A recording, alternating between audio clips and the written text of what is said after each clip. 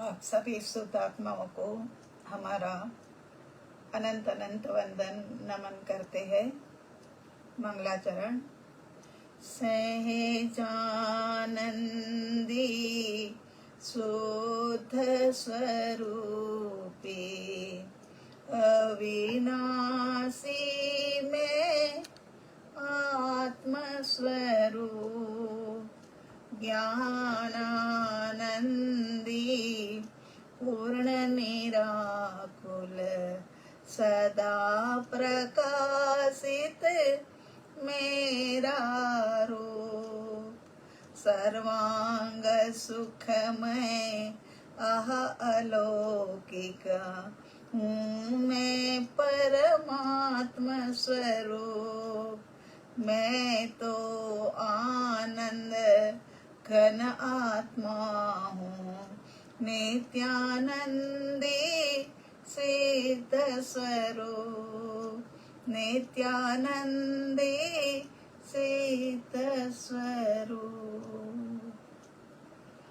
देवादिदेव अरिहंत परमात्मा श्री सिमंदर स्वामी भगवान और धर्म गुरु भगवंतों की आज्ञा अनुमति लेते हुए बेन श्री बेन पूज्य श्री चंपा बेन के माध्यम से लिखी हुई स्वानुभूति दर्शन किताब में से हमारा सत्संग चल रहा है। सत्संग के अंदर में मुमुक्षुओं को कुछ कुछ प्रश्न उठते रहते हैं। वो प्रश्नों की आज हमारे पास लिस्ट है। प्रश्न शंका का समाधान करना ये भी एक प्रकार से सत्संग ही है। तो आज हम प्रश्नों के माध्यम से औरों की शंका का समाधान और हमारे खुद की सबकी शंका का समाधान का निवारण करते हैं। तो पहला प्रश्न है कि 5 भावों की बात आप कर रहे थे, तो 5 भाव अर्थ के साथ समझाइए। वैसे तो इतने लंबे पीरियड के सत्संग कराने के कार्य में प्रत्येक सब्जेक्ट को हमने छू लिया है, लेकिन फिर भी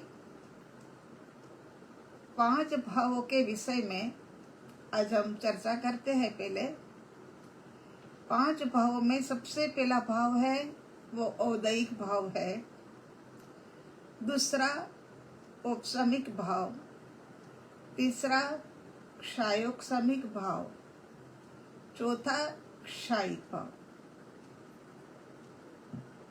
और 5वां जो है वो पारिणामिक, वो आगे जाकर के परम पारिणामिक हो जाता है। आगे जाकर कैसे वो भी हम बताएंगे। अभी औदैहिक भाव का अर्थ है कि अनादि काल की ये भव भ्रमण की यात्रा के अंदर बहुत सारे कर्मों का बंध हमने किया हुआ है। वो सारे कर्म अपने अबाधा काल पूरा करके, माने कर्म का एक अबाधा काल होता है। आज उदय में, आज हमने बांधा और आज ही उदय में आ जाए, ऐसा नहीं होता है। ये आज हमने बांधा हुआ है, वो आगे जाकर भवों भव के बाद भी और सालों साल के बाद भी उदय में आ सकता है।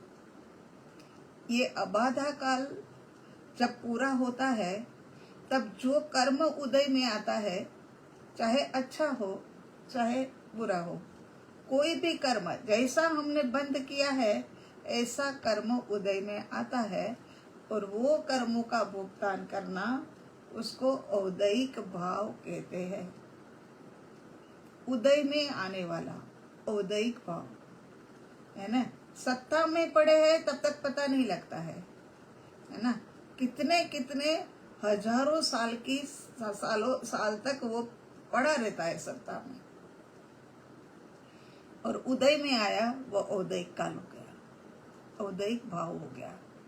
उसके बाद क्षयोपशमिक, तो क्षय और उपशम ये दोनों का होना, थोड़ा सा कुछ दलिक तो जो थे ना उसका तो क्षय हो गया, और कर्मों के कुछ दलिक जो थे उसका उपशम हो गया।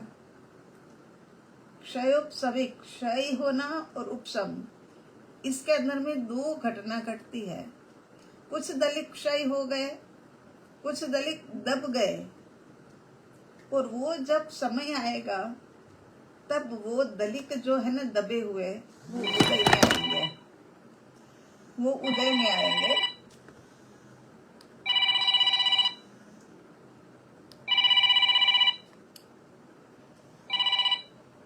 वो उदय में आते हैं, और उदय में आने वाले जो है वो भुगतान करके उसका क्षय किया जाता है। तो औदयिक भाव, क्षयोपशमिक भाव, औपशमिक भाव, उसके अंदर में कर्मों के दलिक जो है ना सारे के सारे दबाए जाते हैं। जैसे क्षयोपशमिक के में हुआ ऐसा नहीं, उसमें तो कुछ दलिक तो क्षय हो गया और कुछ दलिक जो है वो दब करके रह गया। और यहाँ तो सारे दलिक कर्म के है वो सारा का सारा ढेर दबाया जाता है।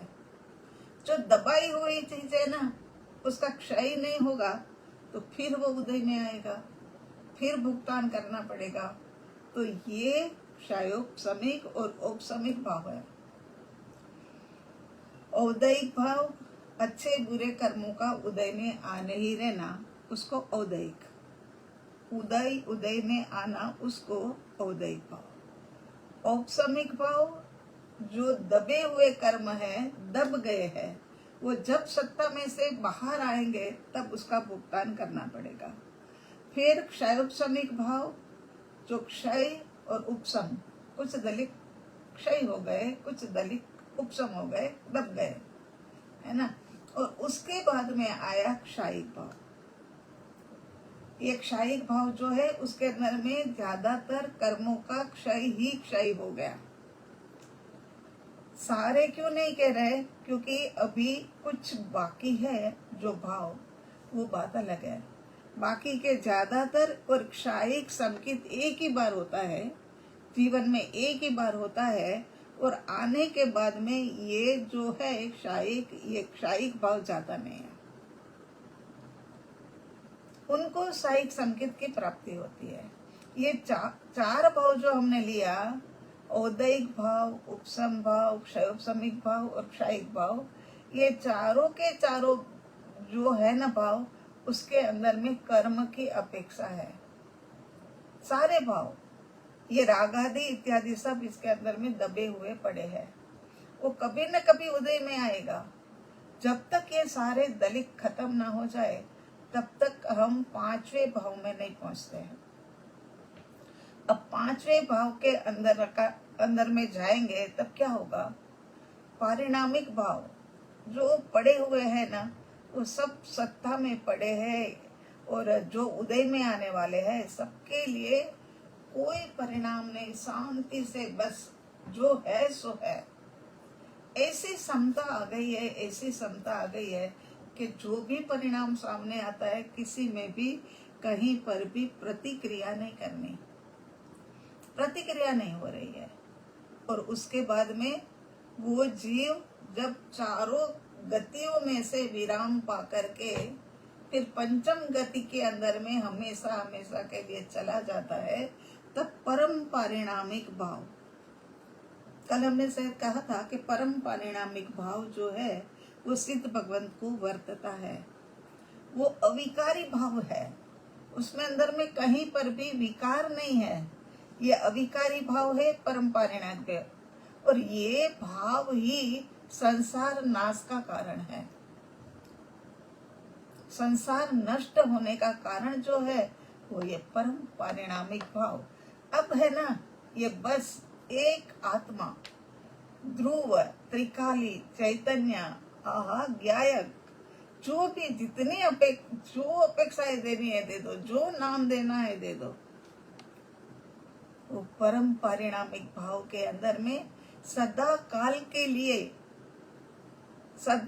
के लिए वो अपने आप के अंदर में अनंत सुख की प्राप्ति करते हैं। अब वहां पर कोई विकारी भाव है ही नहीं, अविकारी पना प्रकट हो गया। अब तो आनंद ही आनंद है वहां पर, है ना। तेरे में भगवान बनने की क्षमता है, तो ये पारिणामिक भाव, परम पारिणामिक भाव के कारण से जीव भगवान बनने की क्षमता रखता है। तो ये 5 भाव के विषय में फिर भी संक्षिप्त में ही समझाया जाएगा, क्योंकि एक एक भाव को लेकर बैठेंगे तो बहुत लंबा चौड़ा के किसका कितना कर्म का बंध और अबाधा काल कितना और फिर उदय काल कितना, वो सब बातें उसमें आएगी। इसीलिए अभी हमने आपको जो समझना जरूरी है उतना हमने समझा दिया। ये पर्याय रहित का भाव है, पंचम भाव जो है वो, है ना, ध्रुव भाव। उसके बाद में दूसरा प्रश्न है हमारे पास। अच्छा, ये समुद्घात क्या होता है ये समझाइए। ये समुद्घात का विषय ऐसे थोड़ी सी देर में समझाया जाए ऐसा नहीं है, पर ये सब्जेक्ट हमने महाविद्य क्षेत्रम के ऊपर में डाला हुआ है। मतलब हमने जब सत्संग कराया था, मेरा ख्याल 2-1 साल पहले, तब भी आपकी तरह किसी का प्रश्न था। उन्होंने भी प्रश्न में यही पूछा था कि समुद्घात सविस्तार से समझाइए। तो उसमें हमने सविस्तार से मेरा ख्याल 7 के 7 समुद्घात के विषय में, उसका स्वरूप कैसा है और किस प्रकार से उसका उद्भव होता है, और वो सब सारी बातें, उसका क्षय करने के लिए क्या करना होता है। ये केवली भगवंत की कल बात जरा से चली थी, एक एक लाइन में ही बात करी जाती है ना, क्योंकि मूल के ऊपर पहुंचना होता है, इस कारण से। तो यहाँ कहते हैं कि समुद्घात क्या होता है वो समझाइए। तो सविस्तार समझाया, यानी सविस्तार समझाया हुआ है हमने आपको, और वो हमारी महाविद्य क्षेत्रम की साइट पे जाओगे तो क्लिप मिल जाएगी, ठीक है। उसके बाद का प्रश्न है, संथारे का अर्थ क्या है, संलेखना माने क्या, वो भी विस्तार से समझाइए। तो संलेखना के विषय में भी हमने महाविद्य क्षेत्रम की साइट के ऊपर क्लिप डाला हुआ है। वो भी हमारा लंबा चौड़ा एक सत्संग हुआ था, वो भी किसी के प्रश्न से ही हुआ था। तो वो प्रश्न के आधारित हमने मतलब सारी बातें संथारे का अर्थ क्या है, संथारा करने वाले साधक को क्या क्या छोड़ना होता है, उनकी मन स्थिति कैसी होती है, ये सब बातें। और लिखते हैं कि संथारे के साथ पता नहीं आपका नाम क्यों जुड़ गया है। सही बात है प्रभु, बहुत जगह जाकर के संथारे कराए।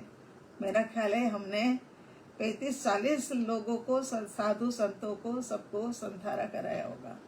साधु संत, बड़े बड़े साधु संत भी इसमें बाकी नहीं रहे हैं। हाँ, तो फिर ये संथारे का अर्थ और संलेखना माने क्या, वो भी उसमें लिखा हुआ है वैसे, मगर हम आपको बता दे, जब आप क्लिप ढूंढोगे और करोगे, शायद आपका मन हो तो संलेखना तो आप अभी से ही चालू कर सकते हो। प्रभु, संलेखना माने क्या है कि ये संथारे को समझ करके धीरे धीरे संथारे की ओर आगे बढ़ना। धीरे धीरे आगे बढ़ना माने ये संथारे की संलेखना की शुरुआत जो होती है ना, वो 12 साल पहले से भी करी जाती है। मतलब आज आप ये सुनोगे और आज अभी से आप सोच लोगे कि भाई हमें है ना ये संलेखना तो शुरू कर ही देनी है, तो कर सकते हो। संलेखना के अंदर में क्या है कि हमारा जो विस्तार चारों ओर चारों दिशाओं के अंदर में फैला हुआ है, वो विस्तार से हमें संक्षिप्त होते जाना है। ये विस्तृति को हमें संक्षिप्त करते जाना है।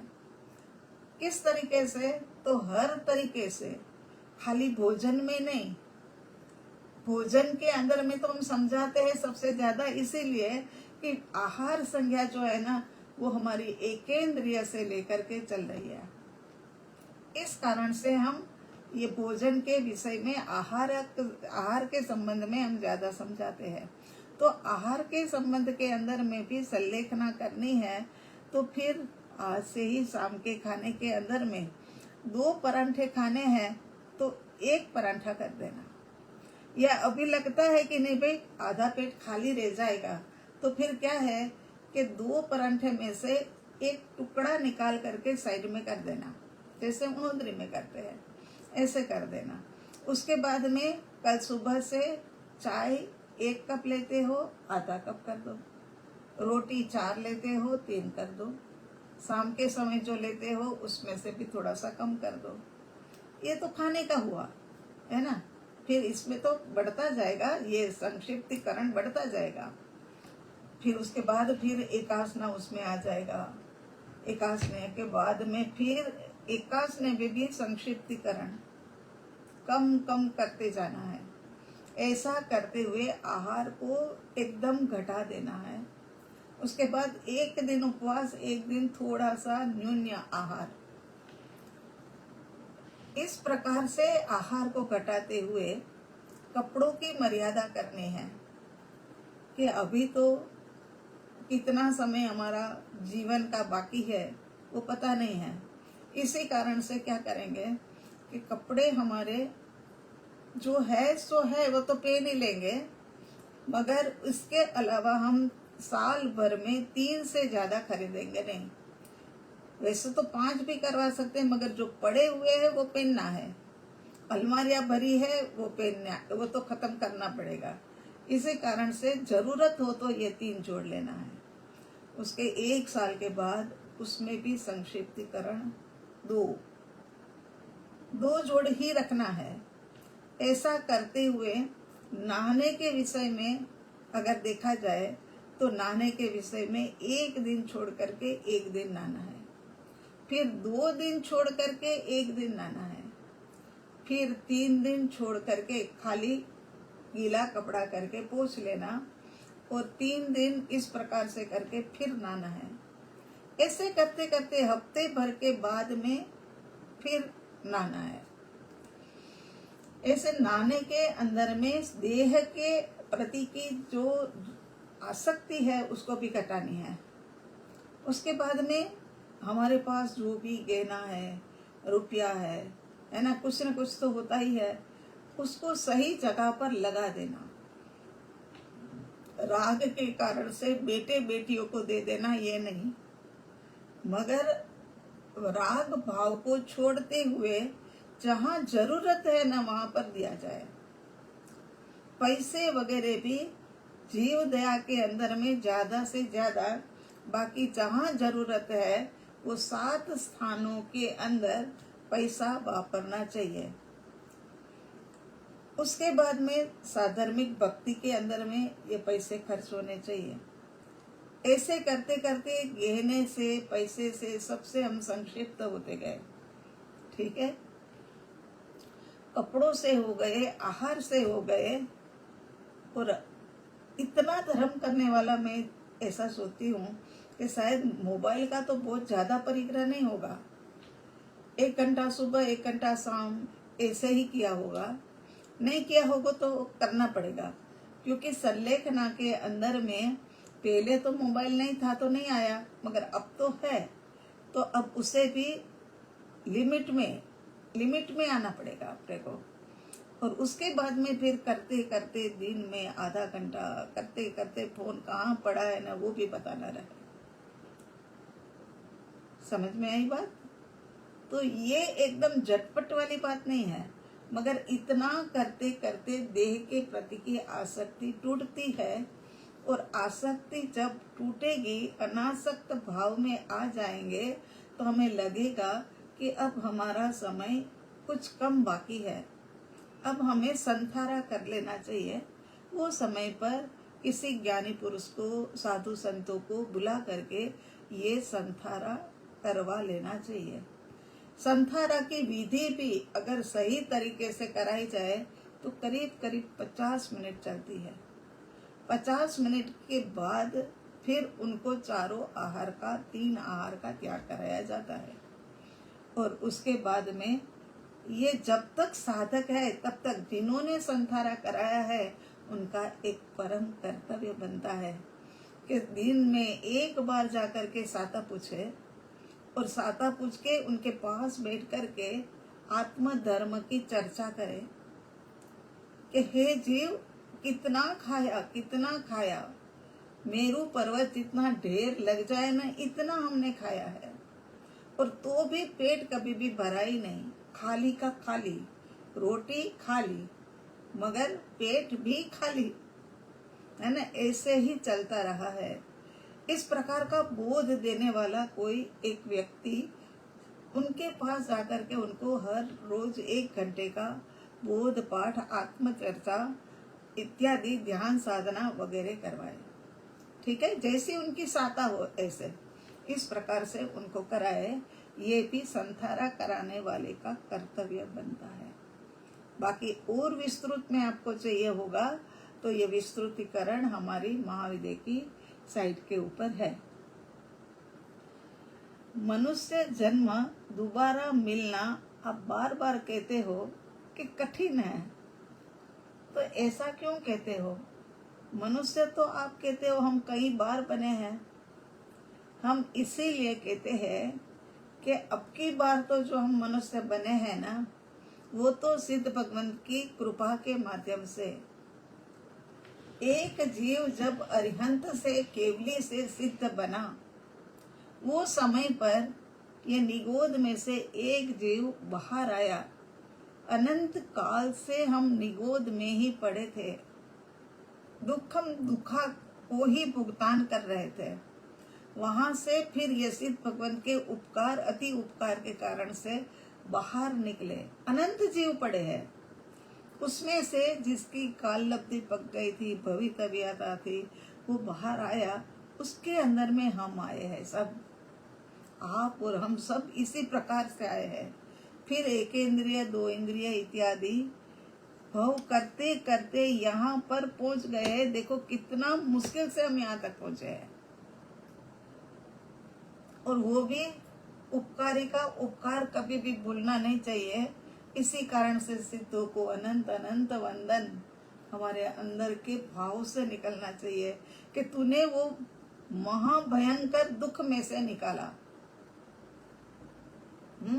तो फिर अब यहाँ तक तो हम पहुंच गए, मगर अगर हमने सत्कर्म नहीं किए, कर्म निर्जरा का मार्ग नहीं अपनाया, सत्संग के माध्यम से हमारा स्वरूप क्या है वो नहीं समझा, तो फिर से हमें वही निगोद के अंदर में, वही व्यवहार राशि के अंदर में, वो सूक्ष्म के अंदर में तो नहीं जाते हैं, बादर के अंदर में माने व्यवहार राशि के अंदर में हम जाए, अनंत काल तक वहां पर भी रहे, अनंत काल तक रह करके एक इंद्रिय, 2 इंद्रिय इत्यादि का फिर से भव, और उसी में ही भटकते भटकते, क्योंकि अब तो हमें कोई निकालने वाला तो था ही नहीं।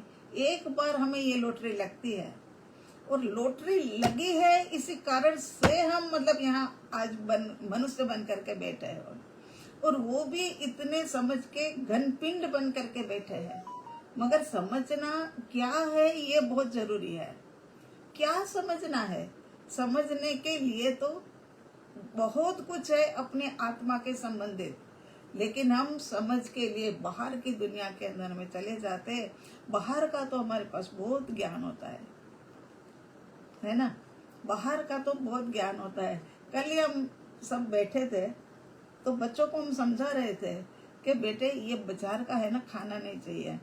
बाजार का पनीर जो होता है ना, वो पनीर तो पता नहीं किसमें से बनता है, और वो पनीर बहुत नुकसान करता है, आगे जाके कैंसर कर देता है।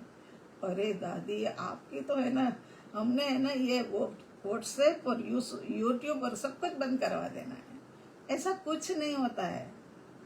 तो ये बात है कि दुनिया भर की जानकारी इसमें आती है, क्या सच क्या झूठ ये कुछ पता ही नहीं लगता है। तो ये मनुष्य का जन्म जो मिला, समझ का घनपिंड बन करके हम इस वक्त रह रहे हैं, इतना बढ़िया उत्तम कुल मिला है, सब कुछ हमें इतना अच्छा मिला है। तो अच्छा मिला है, उसके अंदर में हमें हमारा भी तो कल्याण कर लेना है, वरना फिर गिरेंगे, कितनी चोट लगेगी। चलते चलते गिर जाओ, ठेस लग जाए और गिर जाओ तो कितनी चोट लगती है, एक दो हड्डियां टूट जाती है, जैसे हमारी टूटी थी ऐसे। तो फिर क्या है कि ये सब सोचते हुए कि हम समझ के घनपिंड होते हुए भी जो समझना है वो नहीं समझते हैं, और नहीं समझना है वो समझ लेते हैं। ऐसा ना करें प्रभु मेरे, ऐसा ना करें। जो समझना है वही समझे, ताकि यहाँ से ऊर्ध्व गमन की ओर आगे बढ़ जाए, है ना।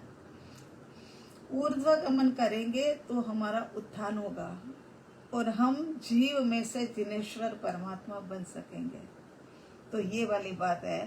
तो भैया इसी कारण से हम कहते हैं, मेरे प्रभु तुम समझो कि ये मनुष्य जन्म फिर दोबारा मिलना बहुत कठिन है। हमें वो लॉटरी लगने वाली नहीं है फिर कि एक जीव सिद्ध बने तो हमें जाकर के आगे जाकर के ये व्यवहार राशि वाले निगोद में से, बादर वाले निगोद में से हम बाहर आए, ऐसा नहीं है। अब फिर तो वहीं ऐसे ऐसे ऐसे ऐसे घूमते रहेंगे, अनंत अनंत अनंत अनंत काल निकल जाएगा। तो प्रभु ये बात को ध्यान रखिए और मनुष्य जन्म को सार्थक करने में लग जाइए। बहुत खाया, बहुत पिया, बहुत घूमे, बहुत फिरे, पांचों इंद्रिय के विषय बहुत सारे भुगतान किए, बस नहीं। लेकिन अब तो अविषयी जो है, अविकारी जो है, उनके लिए समय, जितना भी समय बाकी है वो ये मेरा अविकारीपना प्राप्त करने के लिए है, ऐसा सोचे। ठीक है भैया, आपकी समझ में आ गया होगा। फिर भी समझ में नहीं आता है तो आप जब पूछना चाहते हो तब आप पूछिए, हम आपको इसी प्रकार से उत्तर देंगे। 10 बार पूछेंगे तो 10 बार, लेकिन आप आपके कल्याण करने के मार्ग के ऊपर अग्रसर हो जाइए। 40 साल तक हमने ये समझाया, फिर हमें लगा कि आप थोड़े दिन छोड़ दो सबको और सबको अपने आप से इस मोक्ष मार्ग के ऊपर गतिमान होने दीजिए। तो यहाँ ये मनुष्य जन्म का मिलना दोबारा बहुत कठिन है। इसी कारण से कहा गया कि हमें हमारे पुरुषार्थ से निकलना है। पहले तो दूसरे के पुरुषार्थ से निकले थे और काल लब्धि की भवितव्यता की परिपक्वता हो गई थी। यहाँ पर उसके बाद का प्रश्न है, ओहो, प्रश्न में तो ऐसा मजा आ जाता है ना कि टाइम कहाँ निकल जाता है। प्रश्न बहुत अच्छा है। निरपेक्ष पर्याय और सापेक्ष पर्याय के विषय में तो सुना है ना, सुना ही नहीं था। तो जैन दर्शन में ये दोनों पर्यायों से क्या सहमत नहीं है जैन दर्शन? नहीं मेरे भाई, ऐसा नहीं है। प्रभु बात ये है कि अगर हम अमेरिका नहीं गए हैं तो हम नहीं कह सकते हैं कि अमेरिका है ही नहीं, क्योंकि हम तो गए ही नहीं है। अमेरिका है, हम नहीं गए वो बात अलग है, मगर अमेरिका तो है। तो यहाँ ये बात कही गई है कि निरपेक्ष पर्याय और सापेक्ष विषय के अंदर में कहा तो बहुत गया, लेकिन हमारा इंटरेस्ट ही नहीं बना, इसीलिए कहा गया था वो हमारी समझ में नहीं आया कि छोड़ो अब ये निरपेक्ष पर्याय और सापेक्ष पर्याय, और क्या मतलब ये दोनों पर्याय आपने लिखा है, ये दोनों पर्याय, लेकिन ये दोनों पर्याय दो नहीं है प्रभु, ये पर्याय दो नहीं है, एक ही है। या तो वो निरपेक्ष पर्याय है या वो सापेक्ष पर्याय है, या वो निकल करके सिद्धि ही आत्मा के साथ में समर्पित हो जाती है, या फिर वो बाहर के रंग राग के अंदर में उनको ये सब कुछ जानना देखना है, इसी कारण से वो बाहर की दृष्टि अपना लेती है। वो एक ही है, दो नहीं है। इसीलिए ये गलती मत करना। और निरपेक्ष सापेक्ष निरपेक्ष पर्याय के विषय में तो अब की बार हमने बहुत ही अच्छे से विस्तृति से कई दिनों तक समझाया है, ठीक बात है ना। और हमारा मन ही इसीलिए था कि द्रव्य गुण पर्याय निरपेक्ष पर्याय सापेक्ष पर्याय, अभी भी हमें क्रमबद्ध पर्याय आपके दिमाग में अच्छे से बिठा देना है। स्वाध्याय बस ये क्रमबद्ध पर्याय जो है ना एकदम अच्छे से समझा देंगे ना, उसके बाद फिर हम थोड़े दिन फिर विराम ले लेंगे। फिर आप अपना चिंतन मनन निर्णय इत्यादि करना, रुचि पुरुषार्थ के अंदर में आगे बढ़ना है ना। तो यहाँ आगे जाकर के प्रश्न है कि आपने बोला, हमें बड़ी खुशी हो रही है। हाँ, चाहे आप हमारे ही पूछने बोले हुए हैं उसमें से ही पूछ रहे हो, तो कि सम्यक दृष्टि जीव निश्चय से मिथ्यात्वी ही होते हैं, ऐसा आपने कहा। तो ये तो बात समझ में ही नहीं आई। समझाते हैं ना, हम समझाने के लिए ही तो है, हम आपको समझाते हैं। प्रभु वो है ना, अगर मिथ्यात्वी नहीं है वो संकेत ही है। वो खड़ा हुआ तो क्या है, खड़ा हुआ तो जो है ना वो तो मिथ्यात्वी की भूमि के ऊपर ही खड़ा है, और फिर आगे जाता है तब जाके सम्यक्त्व होता है।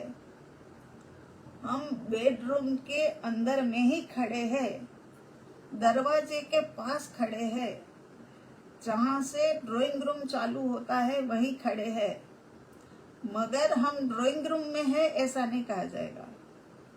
कहा तो यही जाएगा कि हम हमारे कमरे में खड़े हैं, है ना, ये हमारे कमरे में खड़े हैं। तो यहाँ पर भी क्या है कि वो मिथ्यात्वी है, इसीलिए तो सम्यक्त्व का पुरुषार्थ कर रहा है। मेरे प्रभु उनको ये लग रहा है कि मुझे सम्यक्त्व चाहिए, मुझे चाहिए, क्योंकि मेरे पास नहीं है। तो सम्यक दृष्टि जीव निश्चय से मिथ्यात्वी ही होते हैं।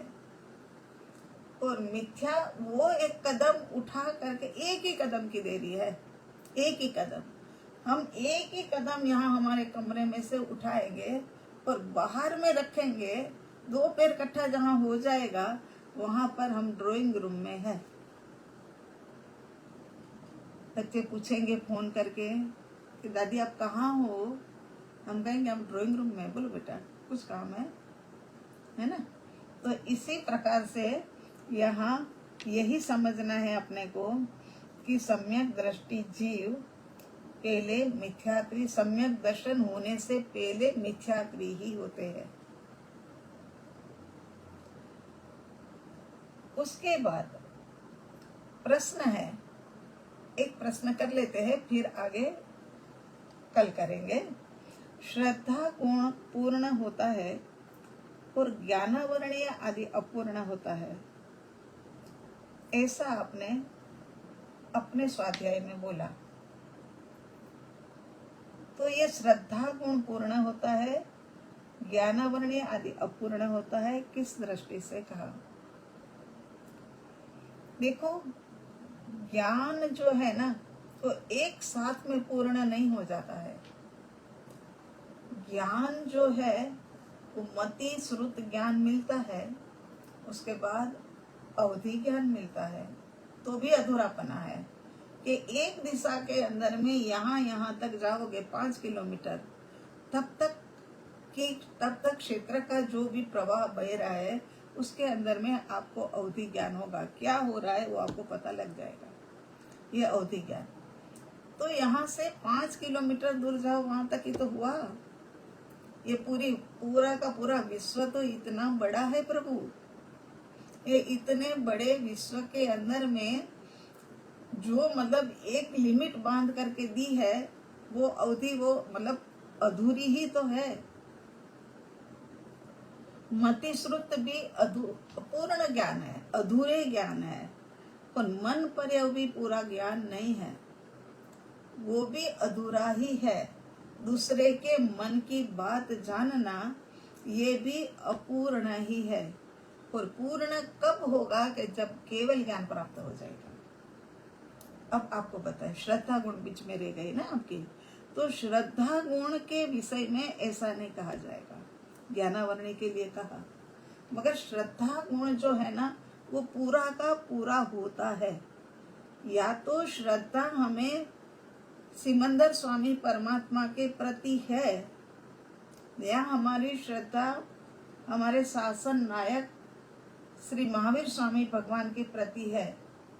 मगर आप ये कहो कि हमारी 50% तो यहाँ पर है और 50% हमारी यहाँ पर महावीर स्वामी भगवान के पास है, तो ऐसा नहीं होता है। एक श्रद्धा जहाँ भी जाती है ना वहाँ पूरी पूरी एक साथ में ही जाती है। और श्रद्धा गुण ही हमें माला माल कर देती है। श्रद्धा गुण के कारण से हमारा सारा वैभव जो है ना वो वैभव का अनुभव हमें हो जाता है। दर्शन हो जाए तो भी बहुत बड़ी बात है, यहाँ तो पूरा पूरा हमें अनुभव हो जाता है।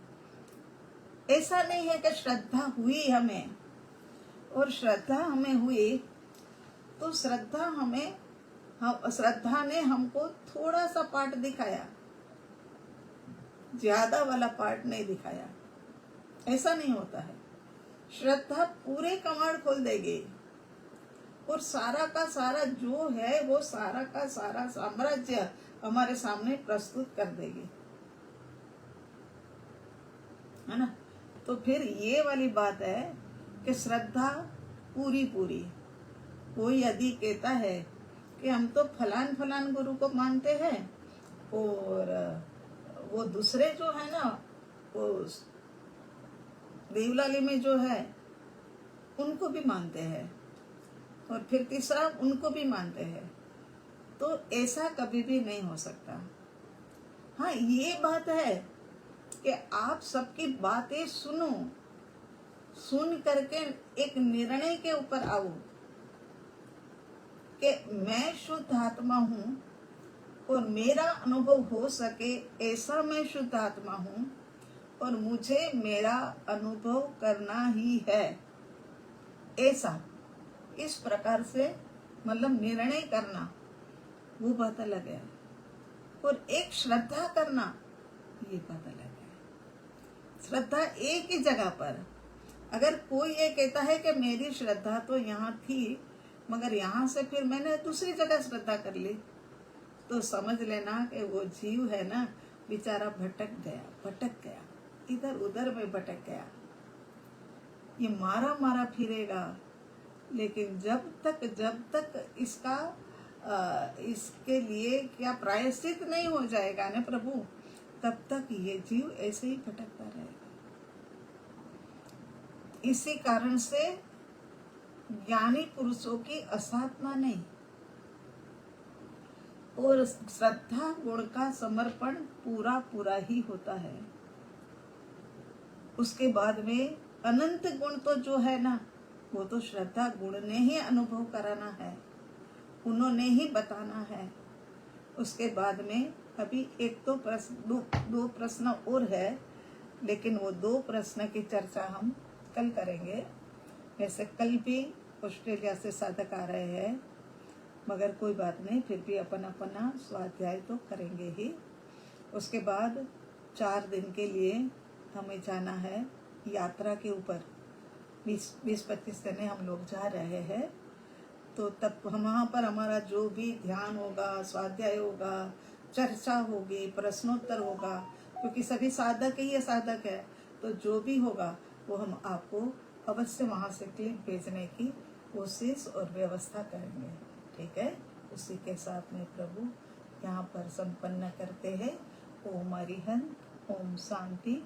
84 लाख जीवा योनि के अंदर में विद्यमान शुद्ध आत्म तत्व, आप सबके अंदर में विद्यमान शुद्ध आत्म द्रव्य को हम अनंत अनंत वंदन नमन करते हैं।